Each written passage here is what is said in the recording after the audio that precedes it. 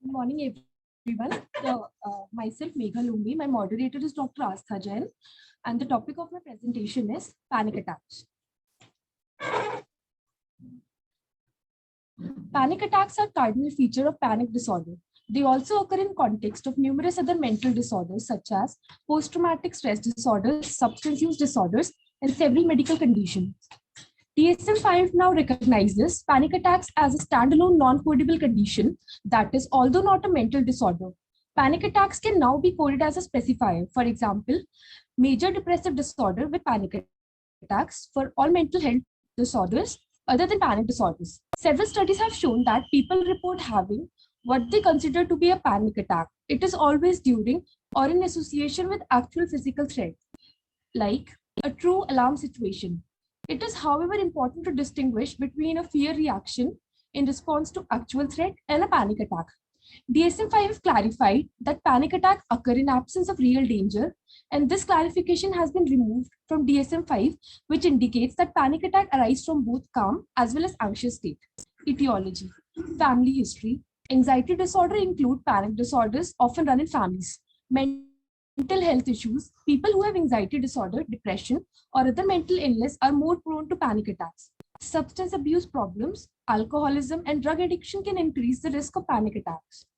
Symptoms, an abrupt surge of intense fear or intense discomfort that reaches a peak within minutes, and during which time 4 or more of the following symptoms occur. The abrupt surge can occur from calm state as well as anxious state. Symptoms are palpitation, pounding heart or accelerated heart rate, sweating, trembling or shaking, sensation of shortness of breath or smothering, feeling of choking, chest pain or discomfort, nausea or abdominal distress, feeling dizzy, unsteady, lightheaded or faint, chills or heat sensation, paresthesia, numbing or tingling sensation, derealization, feeling of unreality or depersonalization, being detached from oneself. All these 11 symptoms are physical symptoms, whereas fear of losing control or going crazy and fear of dying are cognitive symptoms. Types of panic attack. There are two characteristic types of panic attacks, expected and unexpected. Expected panic attacks are attacks for which there is an obvious cue or trigger, such as situations in which panic attacks have typically occurred. Unexpected panic attacks are those for which there is no obvious cue or trigger at the time of occurrence, for example, when relaxing or out of sleep, like nocturnal panic attack. Although unexpected panic attacks are required for diagnosis of panic disorder, not all panic attacks are necessarily unexpected. The occurrence of unexpected attacks can wax or wane. Over the developmental course of the disorder, they may become cured or unexpected. Nocturnal panic attack. One type of unexpected panic attack is a nocturnal panic attack, like waking up from sleep in a state of panic, where panic is defined as an abrupt and discrete period of intense fear or discomfort, accompanied by cognitive and physical symptoms of arousal. The symptom profile of nocturnal panic attack does not differ significantly from panic attack that occur during wakeful states. Most patients report that nocturnal panic attacks occur between 1 and 3 hours after sleep onset and only occasionally occur more than once per night. They typically last for about 2 to 8 minutes, and return to sleep is usually difficult. Patients are able to vividly recall their nocturnal panic attacks. This attack is a non-REM event, usually occurring in late stage 2 or early stage 3 sleep in absence of EEG abnormalities. Limited symptom panic attacks. A limited symptom panic attack is a low-scale, less comprehensive onset of panic attack when a person feels 3 or less than panic symptoms listed above. For example, a sudden episode of trembling or nausea accompanied by a fear of dying would be considered a limited symptom panic attack. Not everyone who experiences a limited symptom panic attack has a mental illness. People often experience them while recovering from or being treated for a panic disorder. Assessment of a patient presenting with panic attack. If a patient presents with panic attack, the first question that arises is, are the panic attack a direct physiological consequence of another medical condition? If yes, it's an anxiety disorder due to another medical condition. If no, are the panic attacks a direct physiological consequence of a substance, including recreational drug, medication, or toxin? If yes, are symptoms in excess of those usually encountered with intoxication or withdrawal? If no, substance intoxication or substance withdrawal. If yes, it is considered a substance or medication induced anxiety disorder. The next question that arises is, are the panic attacks recurrent unexpected and accompanied by at least 1 month of concern, worry, or behavior change? If yes, it's a panic disorder. The next question is, do the panic attack occur only in response to specific triggers, such as social situation, phobic objects of situation, worry, separation from home, or attachment figures? If yes, it could be other mental disorders such as social anxiety disorder, agoraphobia, post-traumatic stress disorder with panic attacks. The next question, are there unexpected panic attacks or discrete panic attack-like episodes not covered above? If yes, other specified anxiety disorder. If no, anxiety is not likely of clinical significance. How do we tell about the panic attack record? It is shown with an example of a patient named Sandra B. The panic attack records serve as a useful memory aid to help patients recall the details and circumstances of the panic attack. The patient is provided with a definition of panic attack and then given a pad of panic attack record that can be readily carried in a purse or pocket. The patient is instructed to carry the records at all times and to complete one record sheet for each full-blown or limited symptom attack soon after the attack occurs. How do we treat panic attack? Psychosocial treatment. It consists of cognitive behavioral therapy. The treatment package include a number of components such as psychoeducation, breathing retraining, cognitive reconstruction, relaxation exercises, interoceptive exposure, and situational exposure. Pharmacological treatment consists of tricyclic antidepressant, example imipramine, hypertensive benzodiazepine, alprazolam, SSRIs, fluvoxamine, SNRIs, venlafaxine. The combined treatment consists of simultaneous treatment as well as sequential treatment. Simultaneous treatments, pharmacotherapy combined with some other form of psychosocial intervention, whereas sequential treatment consists, the patient are treated with pharmacotherapy during the acute phase and then are treated with CBT such as medication is phased out. The differential diagnosis. Other paroxysmal episodes, example anger attacks, anxiety disorder due to another medical condition such as arrhythmia, asthma, chronic obstructive pulmonary disease. Substance or medication-induced anxiety disorder, intoxication with CNS stimulants, example cocaine, amphetamines, and caffeine, and panic disorders. Thank you.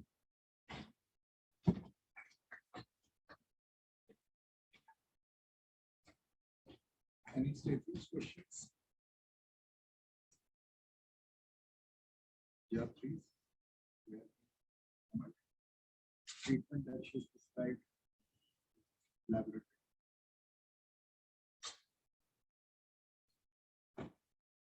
What was the first line treatment? Panic attacks, panic disorder.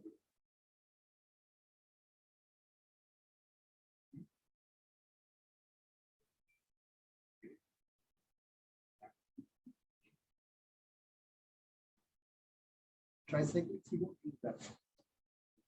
Tricyclics, you don't use that because of problems issues. SSRIs are the treatment of choice and depends upon frequency of panic attacks. Okay, it is very frequent, then you can we give SSRIs, if not, then we can give benzodiazepine as well as situational, then benzodiazepines as well as basis.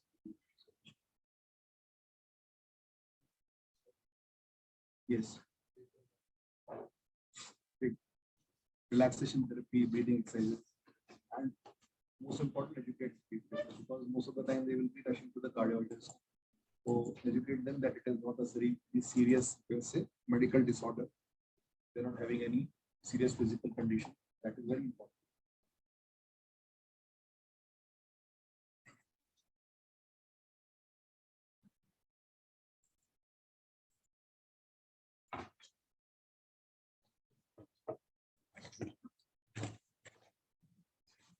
Things that mimic panic attacks.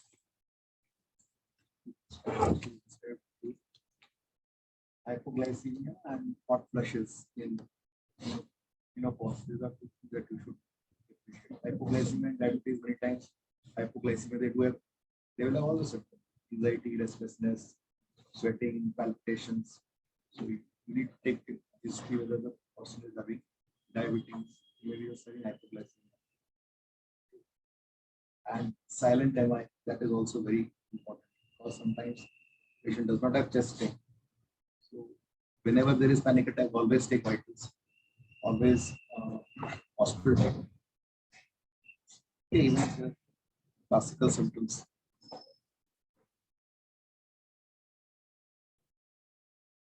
Say a known patient of panic disorder, suddenly he says that I am having great difficulty.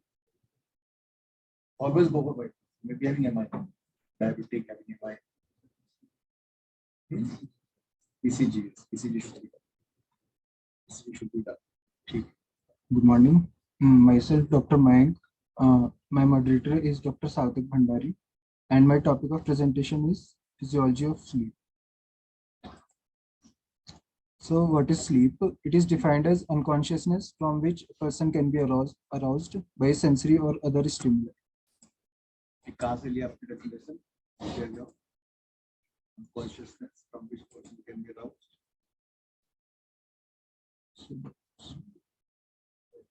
Synopsis.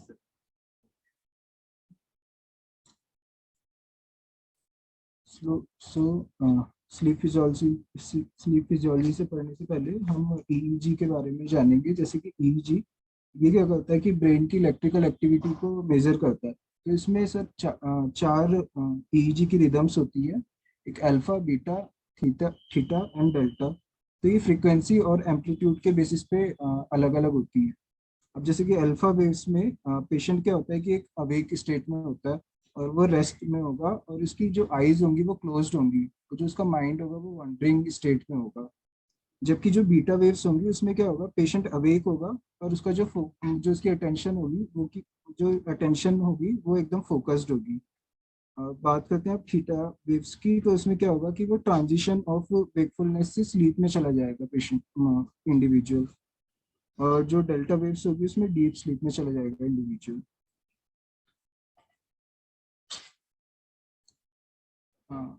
तो stages of sleep, तो ये stages of sleep दो category में divided है, एक NREM sleep और एक REM sleep. NREM sleep को स्लो वेव स्लीप भी बोलते हैं और आरईएम स्लीप को पैराडॉक्सिकल स्लीप भी बोलते हैं। तो पहले बात करते हैं एनआरईएम स्लीप की। तो उसमें 4 स्टेजेस होती हैं, स्टेज 1, स्टेज 2, स्टेज 3, स्टेज 4। तो स्टेज 1 में क्या होगा कि जो इंडिविजुअल होगा वो लाइट स्लीप में होगा, मतलब कि उसको उठाने में, नींद से उठाने में बहुत इजी होगा हमारे लिए। अब स्टेज 2 के बारे में बात करते हैं। तो इसमें क्या होगा कि स्टेज 2 में ये मैक्सिमम ड्यूरेशन की होगी एनआरईएम स्लीप, और इसमें 2 टिपिकल फाइंडिंग्स मिलती हैं, जो कि होगी कि स्लीप स्पिंडल्स होगा और दूसरी होगी के कॉम्प्लेक्सेस। और इसमें क्या होगा, थर्ड स्टेज जो होगी एनआरईएम स्लीप की, तो उसमें क्या होगा, जो डेल्टा वेव्स होंगी उनकी अपीयरेंस स्टार्ट होने लगेगी। और स्टेज 4 में क्या होगी, जो डेल्टा वेव्स होंगी वो प्रीडोमिनेंस हो जाएंगी। एनआरईएम स्लीप में क्या होगा कि जो मसल टोन जो होगी वो इंक्रीज होने लगती है, तो जिसकी वजह से हमें नाइट ट्रेमर्स और सोमनाबुलिज्म और सोमनोलिकी ये सब मिल सकते हैं, और ब्रुक्सिज्म ये सब मिल सकते हैं। और जो एनआरईएम स्लीप होगी उसमें ऑटोनोमिक फंक्शन जो होंगे हमारी बॉडी के, जैसे कि हार्ट रेट, रेस्पिरेटरी रेट और बीपी वगैरह, ये सब डिक्रीज होने लगेंगे। आरईएम स्लीप को हम पैराडॉक्सिकल स्लीप भी बोलते हैं। ये 15 से 20 मिनट्स की ड्यूरेशन की होती है। अब ये पैराडॉक्सिकल स्लीप क्यों बोलते हैं इसको, क्योंकि इसमें अपीयरेंस ऑफ बीटा वेव्स दिखती हैं। जबकि बीटा वेव्स क्या होती है कि जो इंडिविजुअल होता है जब वो फोकस्ड होगा तो उसमें दिखाई देती है, पर इसमें तो आरईएम स्लीप में है, तो इस वजह से पैराडॉक्सिकल स्लीप मतलब इसको बोला जाता है। इसमें क्या होगा कि इसमें इंडिविजुअल जो होगा उसकी रैपिड आई मूवमेंट होगी, और जो उसकी मसल टोन होगी उसमें मतलब लॉस होने लगेगा। तो इसमें क्या होगा कि जैसे कि पूरे दिन भर जो इंडिविजुअल होता है तो उसकी नेक जो होती है उसमें मसल टोन इंक्रीज होती है, पर जब उसका रेस्ट करने का टाइम आता है तो जो मसल टोन होगी वो सबसे ज़्यादा नेक के एक्सटेंसर्स में लॉस हो जाएगी। और इसका एक एक्सेप्शन भी है, जैसे कि हमारी एक्स्ट्रा ऑकुलर मसल्स और डायफ्राम और मिडिल ईयर की मसल्स में ऐसा होता है कि जैसे कि पेशेंट सो रहा है तो उसको जैसे कोई सो रहा है उसके बगल में ही कोई बात कर रहा है, तो उस पेशेंट को लगेगा कि जो वो बात कर रहा है वो उसके सपने में चल रहा है। तो ये इसका एक्सेप्शन है, जो कि मतलब मसल टोन जिसमें लॉस हो जाती है। अब इसमें ऑटोनॉमिक फंक्शन की बात करते हैं, जिसमें हार्ट रेट, बीपी और रेस्पिरेटरी रेट में सब इंक्रीज हो जाता है। और इसमें पेशेंट इंडिविजुअल को क्या होता है कि जो ड्रीम्स होते हैं वो याद भी रह जाते हैं। और जैसे कि दिन भर में जैसे कि एक स्लीप साइकिल 8 घंटे की होती है, जिसमें से कि क्या होगा कि जो 6.5 घंटे की साइकिल होगी वो हमारी एनआरईएम स्लीप होगी, और बाकी की जो 1.5 घंटे की साइकिल होगी वो होगी हमारी आरईएम स्लीप। तो 90 मिनट्स जो होते हैं, 90 मिनट्स में एनआरईएम स्लीप चलेगी, फिर 15 से 20 मिनट्स हमारी आरईएम स्लीप का एपिसोड आएगा, फिर ये अल्टरनेटिव साइकिल में चलता रहेगा। ऐसे ही पूरी एक स्लीप साइकिल में 4 से 5 एपिसोड्स ऑफ आरईएम स्लीप के आ जाते हैं। So, this is-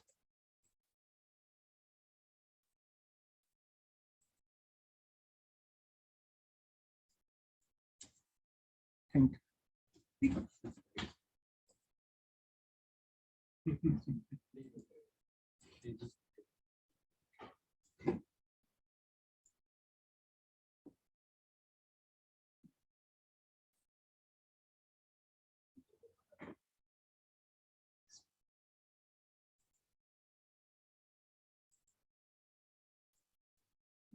ये ये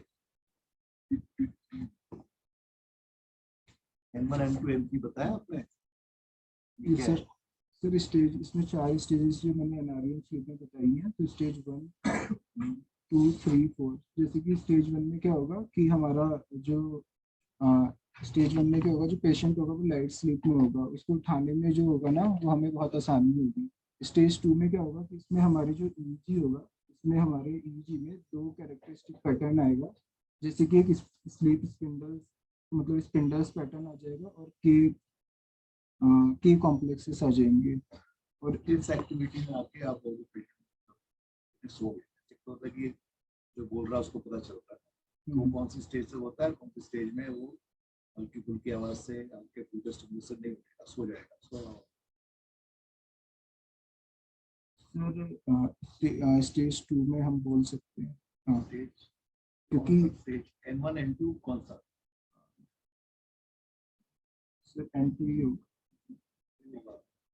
वैसे N1 में तो इजीली अवेक हो जाता है, और N3 में जाएगा तो वो अर्ली मतलब डीप स्लीप में चला जाएगा। तो बीच में एक इंटरमीडिएट यही होगा, N2। ठीक है,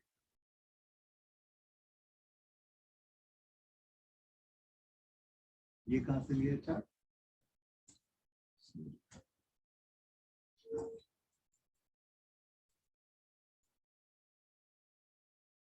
आपने खुद बनाया है कि कॉपी किया कहीं से? सर खुद ही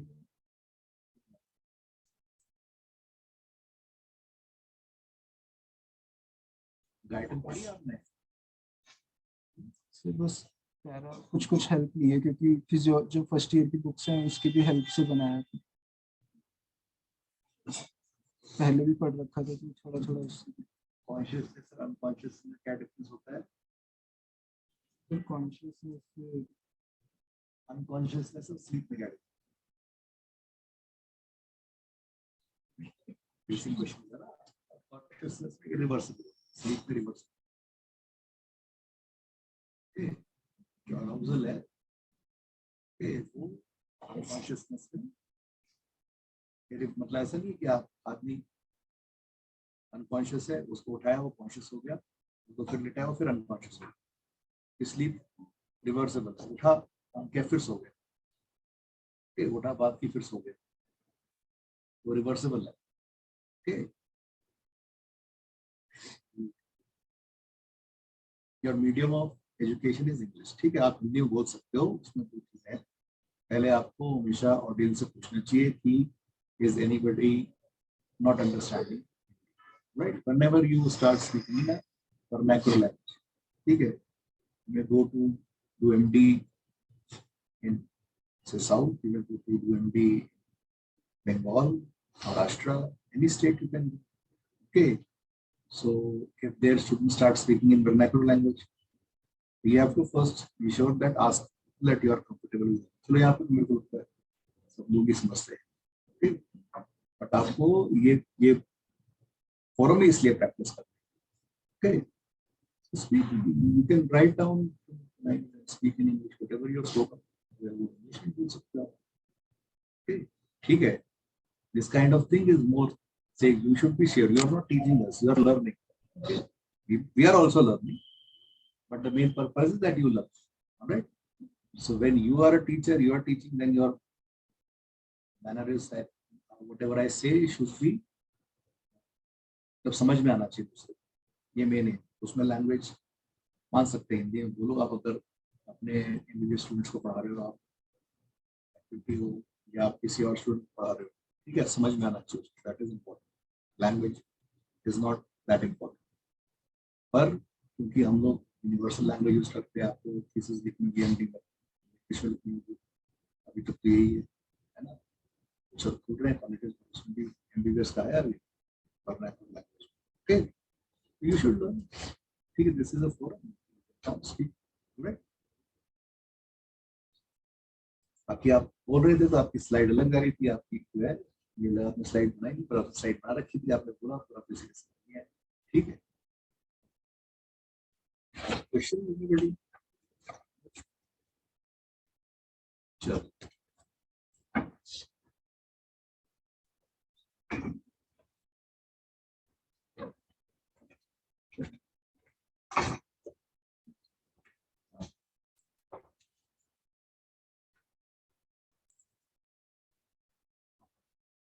ज्ञान पढ़ते हो तुम? ज्ञान में अच्छा दिया, स्टॉक में भी है.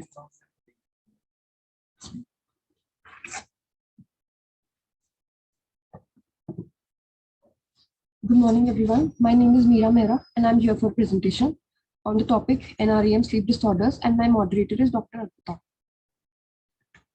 Definition. Parasomnias are undesirable physical events or experiences associated with sleep. Episodes are usually classified according to the stage of sleep during or from which they occur. NREM parasomnias occur from deep NREM sleep and often involve complex behaviors that may appear purposeful but are not conscious or under deliberate control. There may be violent or aggressive behavior that might have forensic consequences. Events can last from a few seconds to up to 30 minutes, most commonly a few minutes. People are often amnesic for events. Types of presentations of NREM parasomnias. The most common presentations are night terrors or pavor nocturnus, sleepwalking, somnambulism, confusional arousal. Less common manifestations include sexsomnia, sleep-related eating disorder. Diagnostic criteria of parasomnias. According to the ICSD third classification,